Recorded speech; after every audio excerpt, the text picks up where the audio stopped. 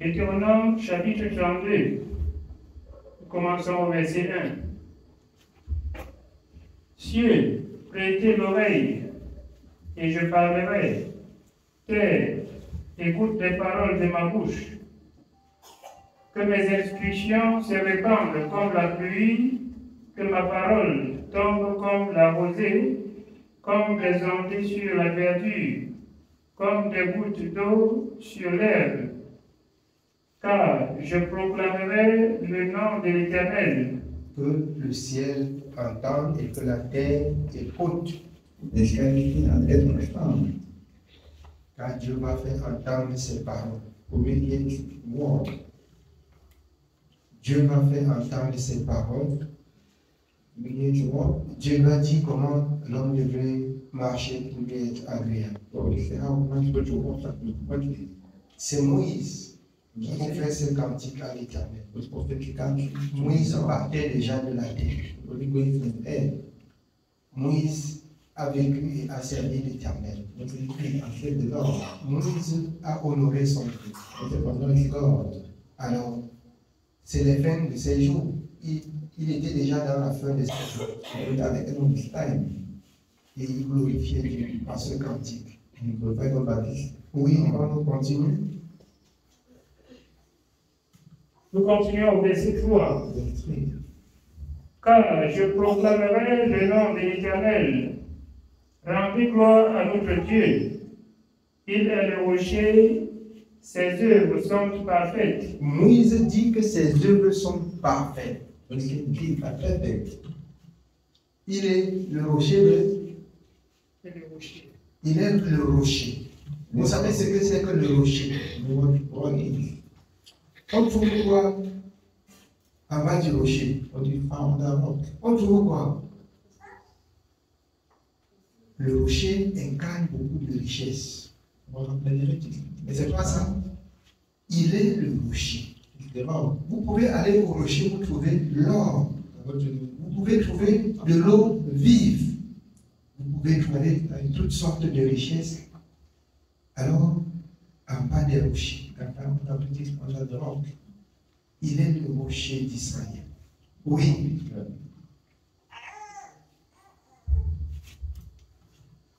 Il est le rocher, ses œuvres sont parfaites, car toutes ses voies sont justes.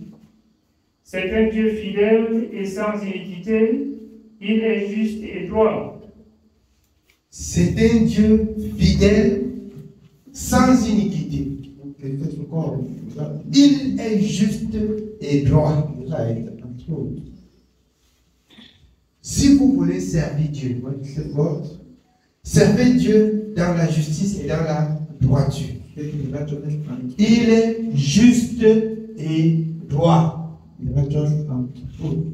C'est un Dieu sans iniquité. Il n'a pas de péché.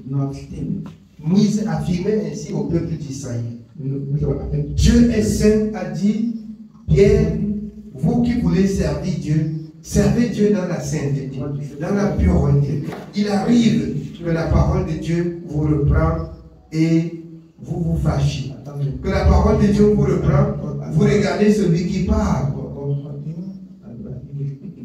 Cieux, prête l'oreille, terre, écoutez la voix de l'Éternel. Moïse parlait de la part de l'Éternel. Moïse affirmait au peuple d'Israël que Dieu est saint. Ses œuvres sont parfaites. Tout ce qui est écrit dans le livre de l'Éternel est juste. Tout ce qui est dans le livre de l'Éternel est juste. Oui, bien-aimé.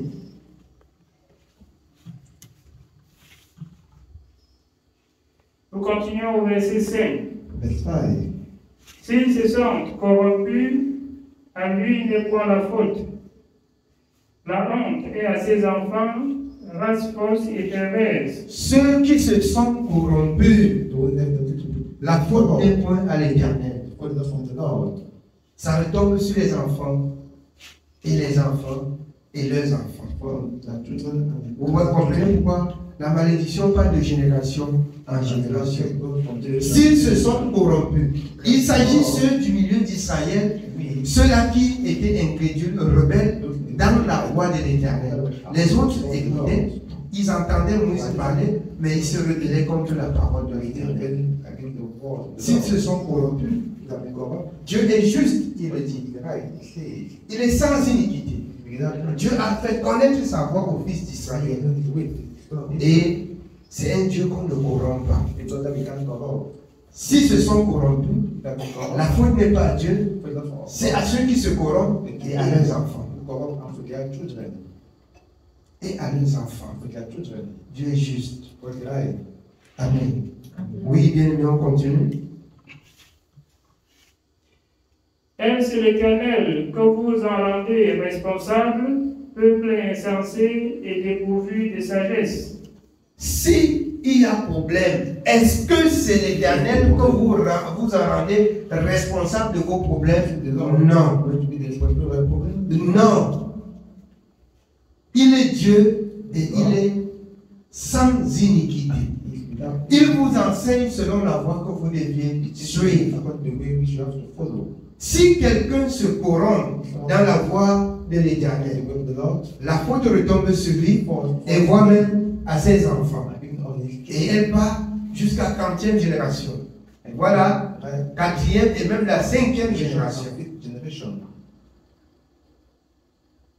Ceux qui se corrompent, ça ne regarde pas Dieu. Ceux qui se corrompent, ça ne regarde pas Dieu.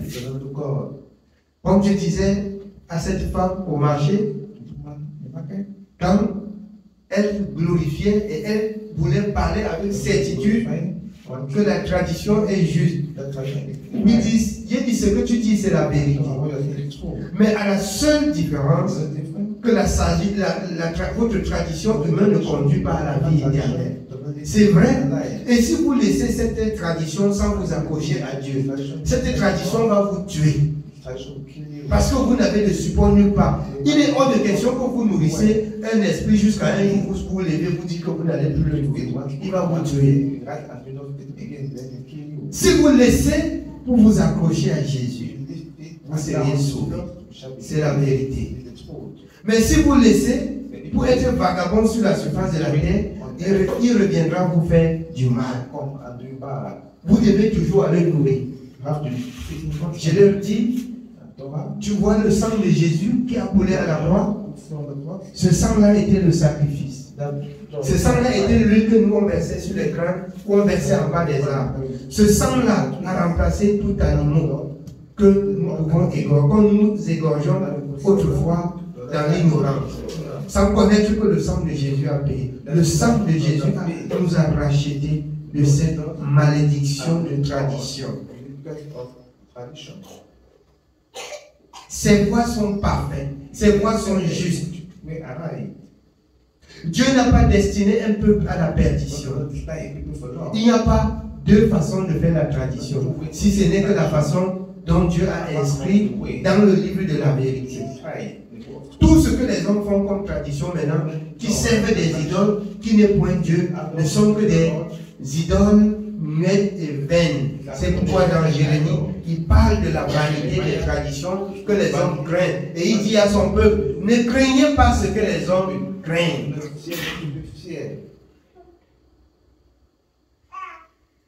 C'est la vérité.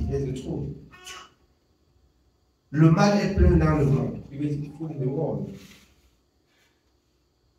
Quand vous êtes rempli des esprits impurs, il vous manipule. Et si vous manipule, vous faites ce qu'il dit, alors, bien aimé, vous allez obéir à ce qu'il dit. Quand vous faites ce qu'il ne veut pas, vous allez mal dormir. Vous allez dormir à esquiver les coups. Le jour où il veut, il vous tord comme il veut. Mais le Dieu d'Israël, c'est celui qui reprend la paix. C'est celui qui donne la paix. C'est celui qui donne la paix. Le monde peut donner une paix, mais qui n'est pas durable. Vous avez vu les esprits impurs qui envahissaient Saül. Et quand il fallait qu'il soit un peu en paix, il fallait que David joue un peu la guitare autour de lui et les esprits se calment. Mais quand David arrêtait de jouer la guitare, ça faisait comment? Ça reprenait. Donc il avait une paix partielle. Jésus-Christ est la paix éternelle. Jésus-Christ donne la paix éternelle. Si vous suivez des règles du salut, vous serez en paix. En paix, il rassure la paix. Amen. Oui, bien aimé, on continue. N'est-il pas ton Père, ton Créateur? N'est-ce pas lui qui t'a formé et qui t'a affermi? Rappelle à ton souvenir les anciens jours.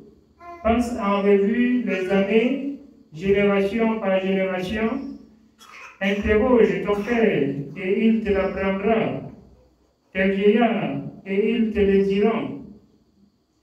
Quand le Très-Haut donna un héritage aux nations, quand il sépara les enfants des hommes, il fixa les limites des peuples d'après le nombre des enfants d'Israël. Car la portion de l'Éternel, c'est son peuple. La portion de l'Éternel, c'est son peuple. Dieu a séparé son peuple des peuples impurs. C'est pourquoi, quand vous croyez, vous deviez vous démarquer dans l'obéissance, dans la justice de Dieu. Vous ne deviez plus, comme l'apôtre Paul dit, marcher comme des païens qui marchent selon la vanité de leur pensée. Vous deviez vous démarquer. Vous deviez être différent du reste du peuple, du monde entier. Mais c'est nous qui croyons et qu'on remarque encore en nous des choses négatives, si bien que les païens peuvent encore nous reprendre que, n'est-ce pas, vous êtes croyants. Qu'est-ce que vous faites comme ça? Ce que vous dites là, c'est quoi? Vous êtes croyants, non? Ce n'est pas, vous blasphémez le nom de Dieu parmi les nations. Et à cause de cela, l'Éternel dit, il se dresse contre vous, il se retire de vous. Et vous pouvez, si le malheur vous accable, n'accusez pas Dieu. Vous êtes fausse, vous êtes pervers. Et c'est le prix de votre péché qui descend sur vous. C'est pour ça que la parole de Dieu dit par Jérémie, retournons à l'Éternel, défrichons-nous un champ nouveau. Défrichons-nous un champ nouveau. Bien-aimés, ça va vous déranger qu'on dit, mais qu'on revoit la même chose tous les jours. C'est parce que nos vies ne sont pas comme ce que Dieu veut. Nos vies ne sont pas comme ce que Dieu veut.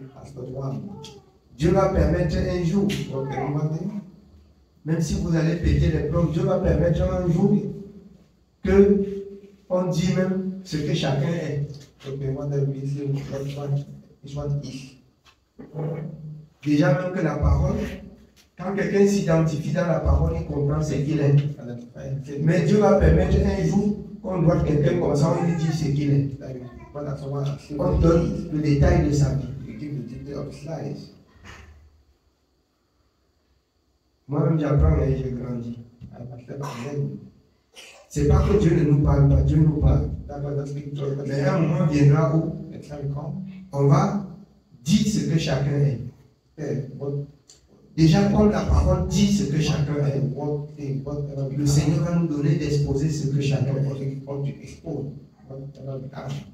Parce que nous n'allons plus parler et revenir dans les mêmes choses tous les jours. C'est vrai, quelque part, l'apôtre Paul dit qu'il ne se lasse de dire la même chose, pourvu que cela nous soit salutaire. Et si ça ne nous apporte pas le salut, il faut que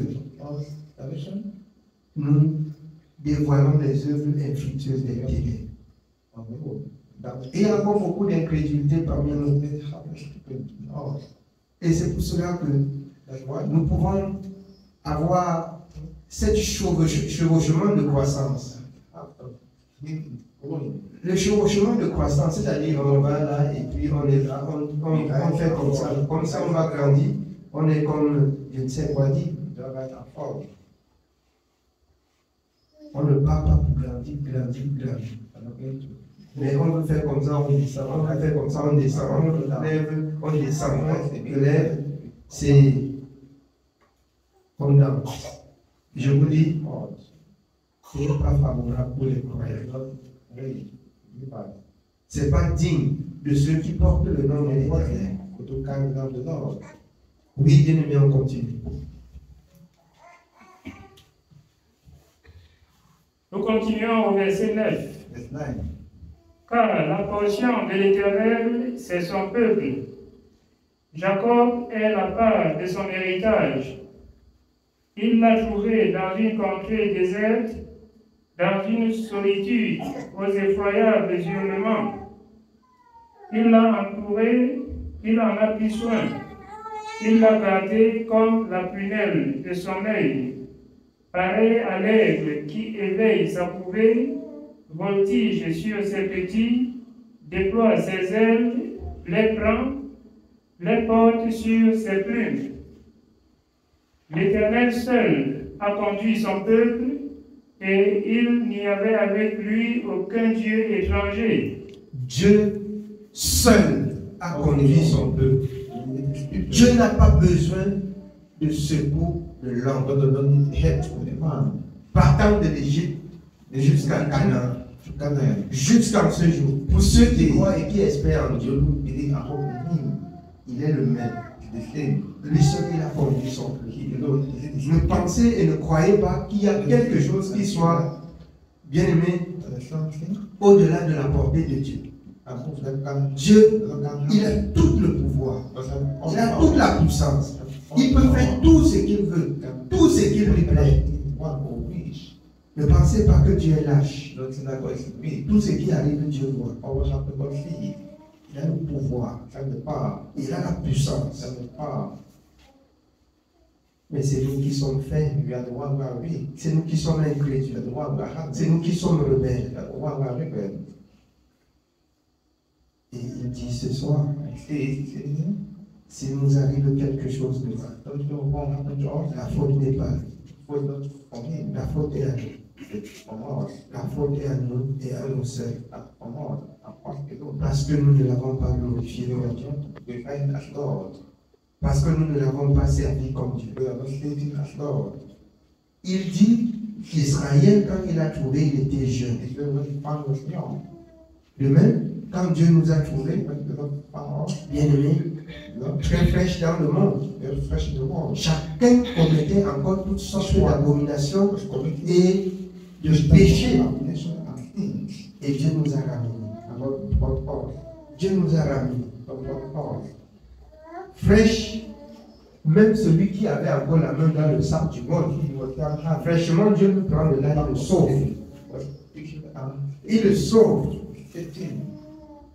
Que tu viens de commettre le forfait là-bas et tu entends la voix de Jésus qui t'appelle et il te sauve. Il te sauve.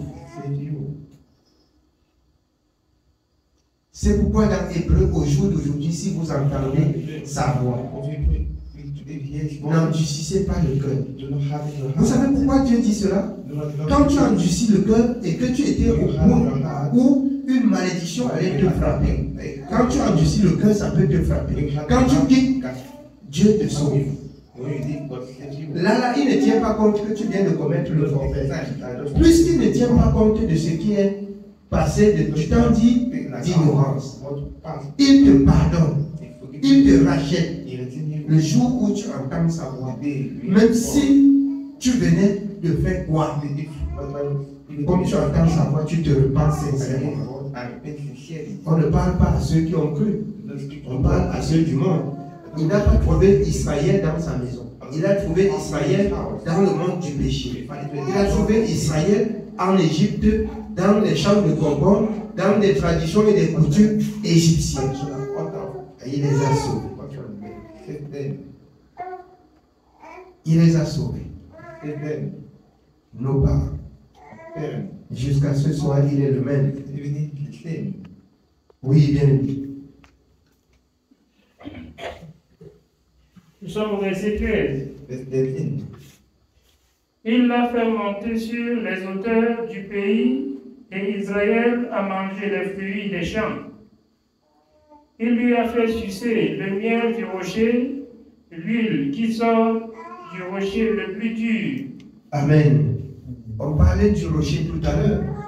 Le miel sort. Toutes sortes de richesses sortent du rocher.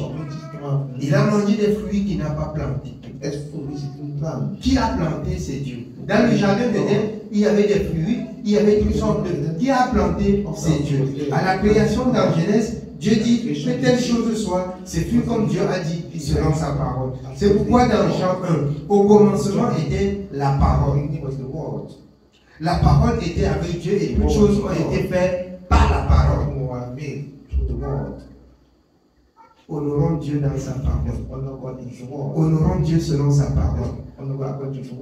Israël a mangé ce qu'il n'a pas planté.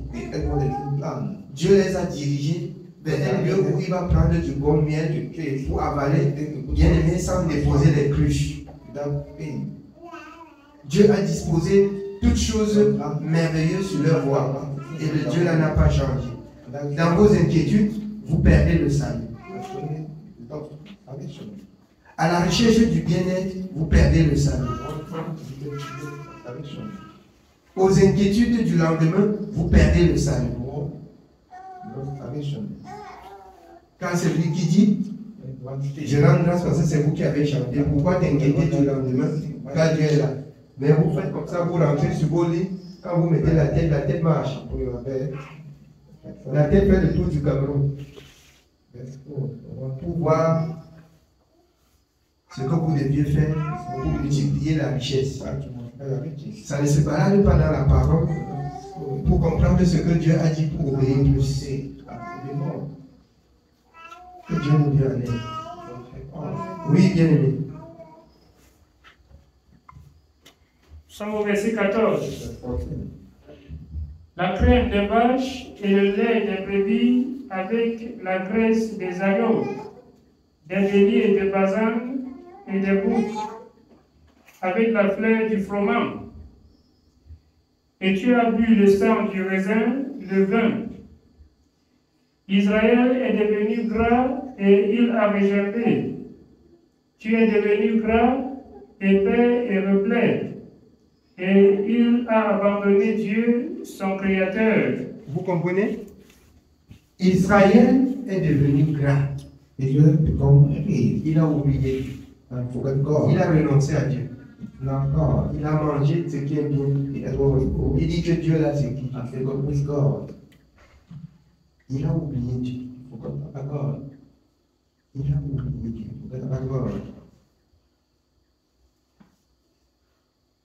Il y a des richesses qui ne viennent que pour être une malédiction. Des richesses sans conforme.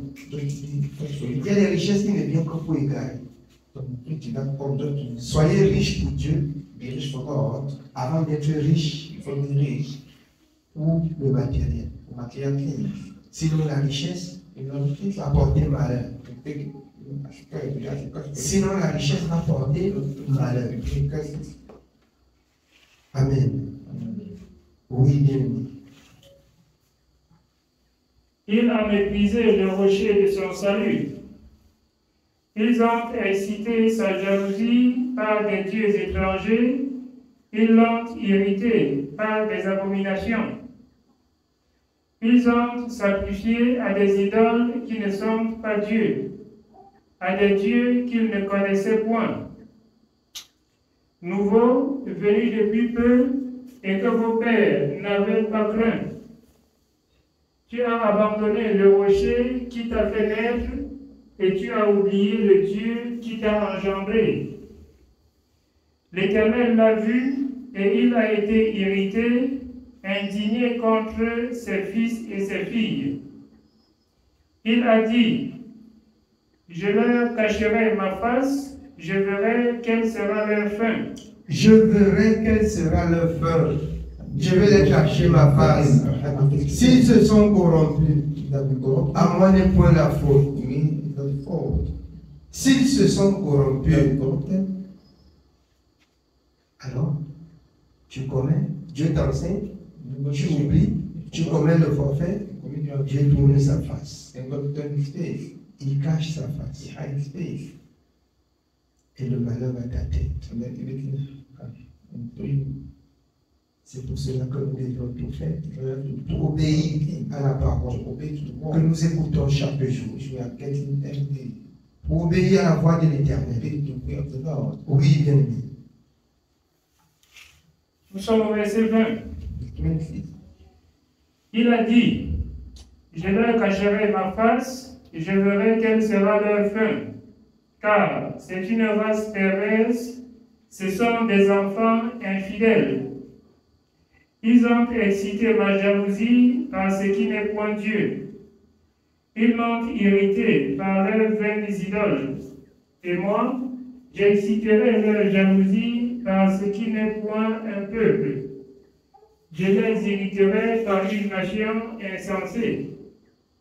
Car le feu de ma colère s'est allumé, et il brûlera jusqu'au fond du séjour des morts. Il dévorera la terre et ses produits, il embrasera les fondements des montagnes. J'accumulerai sur eux les maux, j'épuiserai mes traits contre eux. Ils seront desséchés par la faim, consumés par la fièvre et par des maladies violentes. J'enverrai parmi eux la dent des bêtes féroces et le venin des serpents. Au dehors, on périra par l'épée et au dedans par d'effrayantes calamités.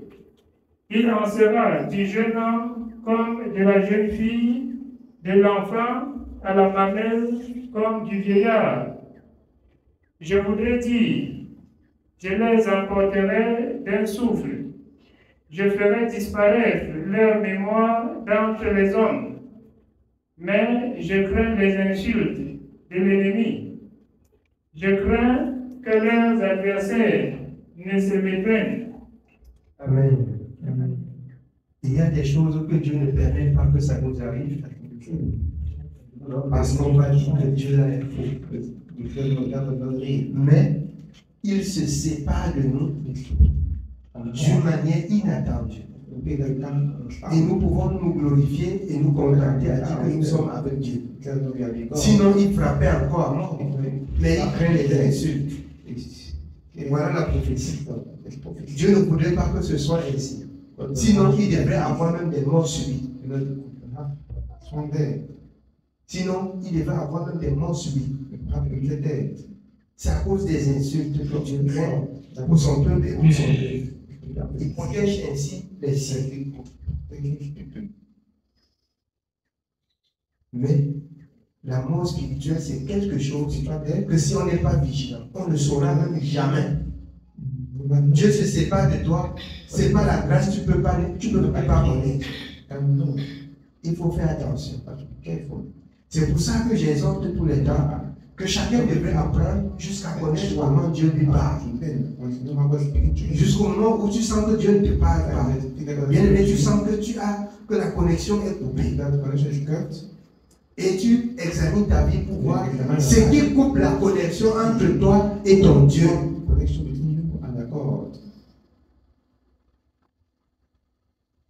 C'est en quelque sorte cette parole de 2 Corinthiens 13, c'est examiner sa vie pour voir si ses œuvres glorifient et louent le nom de l'Éternel, pour voir si on est encore avec Dieu, pour voir si on marche encore avec Dieu. Amen. Oui, bien.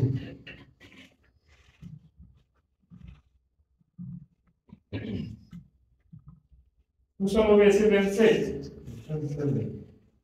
Mais je crains les insultes de l'ennemi, je crains que leurs adversaires ne se méprennent et qu'ils ne disent « Notre main a été puissante, et ce n'est pas l'Éternel qui a fait toutes ces choses. » C'est une nation qui a perdu le bon sens et il n'y a point en eux d'intelligence. S'ils étaient sages, voici ce qu'ils comprendraient et ils penseraient à ce qui leur arrivera. s'ils étaient sages, ils ne devraient pas pécher contre Dieu parce qu'ils connaissent la conséquence du péché. La conséquence. Si on est sage, on ne va pas pécher. Parce que le retour est dangereux. Le retour, mes bien-aimés, n'est pas quelque chose de bon. Quand on pêche contre Dieu, il vaut mieux ne pas connaître ce que l'on dit. Mais comme vous l'avez déjà entendu parler, vous êtes condamné à obéir. Si vous abandonnez, il vous abandonne. Et vous pouvez trouver même la mort subite. Amen. Oui, bien aimé. Comment un seul en poursuivra-t-il 1000 et deux en mettra-t-il 10 000 en fuite si leur rocher ne les avait vendus, si l'Éternel ne les avait livrés? Car leur rocher n'est pas comme notre rocher. Nos ennemis en sont juges. Mais leur vigne est du plan de Sodome et du terroir de Gomorrhe. Leurs raisins sont des raisins empoisonnés. Leurs grappes sont amères. Leur vin est le venin des serpents. C'est le poison cruel des aspics. Cela n'est-il pas caché près de moi, scellé dans mes trésors? À moi la vengeance et la rétribution, quand leur pied chancellera. Car le jour de leur malheur est proche, et ce qui les attend ne tardera pas.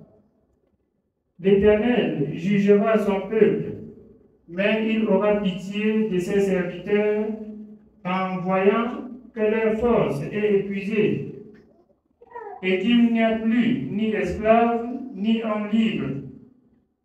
Il dira, où sont leurs dieux?